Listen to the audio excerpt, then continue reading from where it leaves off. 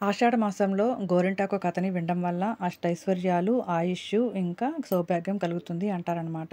గోరింటాకు కథ ఏమిటి? గోరింటాకుకి ఆ పేరు ఎలా వచ్చింది? ఆషాఢ మాసంలో గోరింటాకు ఎందుకు పెట్టుకోవాలి అనేటివి ఈ వీడియోలో చెప్పుకుందాము.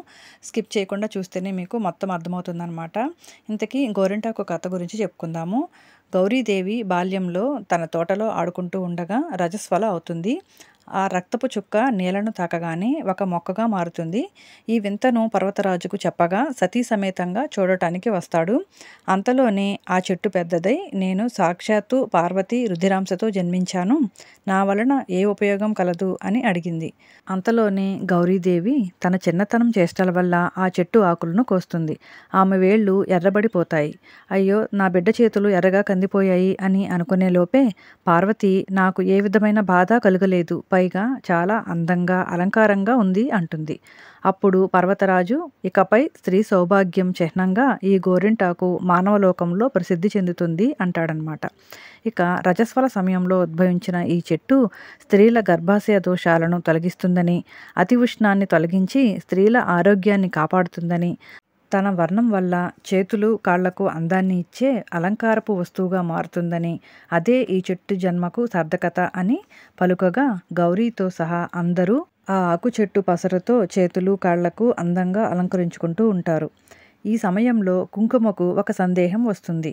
అందరూ ఈ ఆకు పసరుతో నుదుట బొట్టు దిద్దుకుంటూ ఉంటే నా ప్రాధాన్యత తగ్గిపోతుందేమో అని గౌరీదేవిని అడుగగా, నుదుట ఈ ఆకు పండదు అని గౌరీదేవి కుంకుమకు అభయం ఇస్తుంది. మీరు ఎప్పుడైనా గమనించారా? నుదుటన్న గోరింటాకు ఎట్టి పరిస్థితుల్లో కూడా పండదు. ఇదన్నమాట కారణం. ఇలా గౌరీ ఇంటి ఆకు కాస్త గోరింటాకుగా ప్రాచుర్యం చెందింది. ఈ వీడియోని అందరికీ షేర్ చేయడం వల్ల ఈ విషయాలన్నీ కూడా తెలుసుకుంటారు. ఇంకా మీ పిల్లలకి గోరింటాకు పెడుతూ ఇలాంటి విషయాలు చెప్పండి. చాలా ఇంట్రెస్ట్గా ఉంటుంది. ఇంకా పెట్టుకొని వాళ్ళు కూడా ఇంట్రెస్ట్గా పెట్టుకుంటారు. ఇక శాస్త్రపరంగా గర్భాశయ దోషాలను తీసేస్తుంది. అరచేతి మధ్యలో స్త్రీ గర్భాశయానికి రక్తాన్ని చేరవేసే ప్రధాన నాడులు ఉంటాయి. వాటిలో అతి ఉష్ణాన్ని అంటే వేడిని తీసివేసి ప్రశాంతపరుస్తుంది ఈ గోరింటాకు.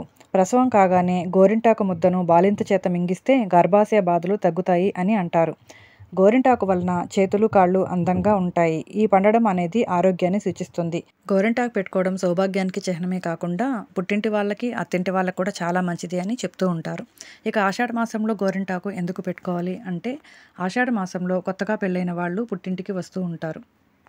అలా ఆడపిల్లలు గోరింటాకు పెట్టుకోవడం అనేది తన స్నేహితులతో కలవడం, సంతోషంగా ఉండడం, అలంకారంగా ఉండడం అనేది ప్రాచుర్యంగా వచ్చిందనమాట. ఇలా పెట్టుకోవడం అనేది ఒక పద్ధతిగా ప్రాచుర్యం పొందింది. అంతేకాకుండా ఈ కాలంలో పొలం పనులు చేయడం వల్ల గోళ్ళు పుచ్చిపోతూ ఉంటాయి కాబట్టి అలా పుచ్చిపోకుండా హెల్తీగా ఉండడం కోసం కూడా ఈ గోరింటాకు పెట్టుకోవడం అనేది మన పెద్దలు దీనిని ఆచారంగా తీసుకువచ్చారు. ఏ రకంగా తీసుకున్నా గోరింటాకు పెట్టుకోవడం అనేది మన ఆరోగ్యానికి, మన ఇంటికి, మనకు ఎంతో మంచిది.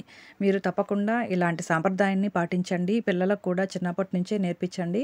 వాళ్ళకి ఇలా పెట్టడం అలవాటు చేస్తే వాళ్ళు పెద్దయితే కూడా చాలా ఇంట్రెస్ట్‌గా పెట్టుకుంటారనమాట. ఇలాంటి కథలు కూడా వాళ్ళకి చెప్పడం ద్వారా వాళ్ళకి ఇంట్రెస్ట్ పెరుగుతుంది. వాళ్ళు చాలామందికి చెప్తారు. అందరికీ ఈ వీడియోని షేర్ చేయండి.